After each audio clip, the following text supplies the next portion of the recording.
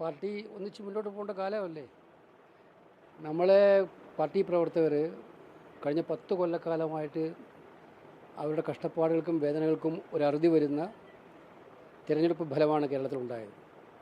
അപ്പോൾ അതുകൊണ്ട് ആ ഫലം അവർക്ക് ലഭിക്കണം, ജനങ്ങൾക്ക് ലഭിക്കണം. അതിനു വേണ്ടിയിട്ടുള്ള പാർട്ടി ഹൈക്കമാൻഡ് എടുത്ത തീരുമാനം, അതേത് തീരുമാനമായാലും അതിനെ നടപ്പിലാക്കുക എന്നുള്ളതാണ് ഒരു ഉറച്ച കോൺഗ്രസ്സുകാരൻ എന്നതിൽ എൻ്റെ കടമ എന്നുള്ള വിശ്വാസമാണ് വ്യക്തിപരമായ ഏത് സ്ഥാനത്തേക്കാളും നമുക്കെല്ലാം വലുത്, എനിക്ക് വലുത്.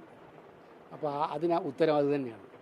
ഈ വ്യക്തിപരമായി കിട്ടാവുന്ന ഒരു വലിയ സ്ഥാനം ഒരുപക്ഷെ ഒരു സമവായത്തിന് വേണ്ടി അങ്ങ് ത്യജിക്കുന്നു, ചിരിച്ചുകൊണ്ട് ആശംസകൾ നേരുകയാണ്. പക്ഷേ ഒരുപാട് പ്രവർത്തകരുടെ മുഖത്ത് മ്ലാനതയാണ്.